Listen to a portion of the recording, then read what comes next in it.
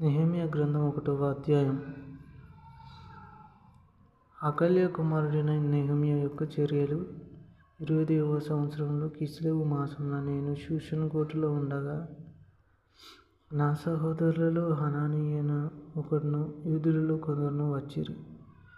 చెరపట్టబడిన శేషంలో తప్పించుకున్న యూదులను గూర్చియు యెరూషలేమును గూర్చియు నేను వారిని అడగగా, వారు చెరపట్టబడిన వారిలో శేషించిన వారు ఆ దేశంలో బహుగా శ్రమను నిందను పొందుచున్నారు, మరియు యెరూషలేము యొక్క ప్రాకారము పడద్రోయబడినది, దాని గుమ్మములను అగ్నిచేత కాల్చబడినవని నాతో చెప్పిరి.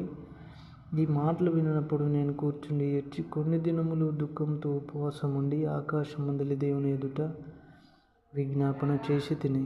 ఎట్లనగా, ఆకాశమందున్న దేవా యెహోవా, భయంకరుడైన గొప్ప దేవా, నిన్ను ప్రేమించి నీ ఆజ్ఞలను అనుసరించి నడిచి వారిని కటాక్షించి వారితో నిబంధనను స్థిరపరచువాడా, నీ చెవియొగ్గి నీ నేత్రములు తెరిచి నీ సన్నిధిని దీవారాత్రం నీ దాసుడైన ఇశ్రాయేలీయుల పక్షంగా నేను చేయి ప్రార్థన అంగీకరించుము. నీకు విరోధంగా పాపము చేసిన ఇశ్రాయేలు కుమారుల దోషమును నేను ఒప్పుకొనుచున్నాను.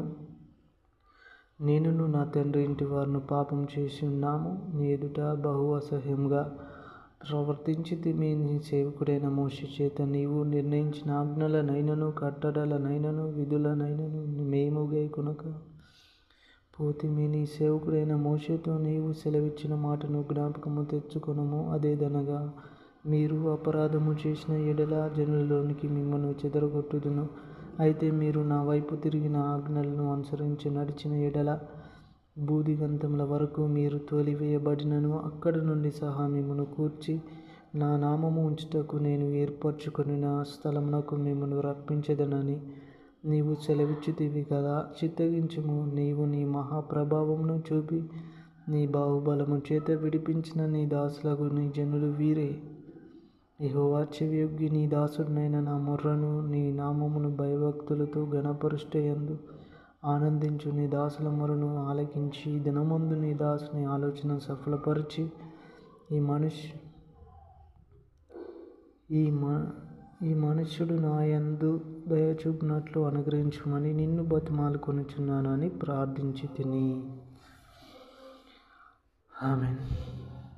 నెహెమ్యా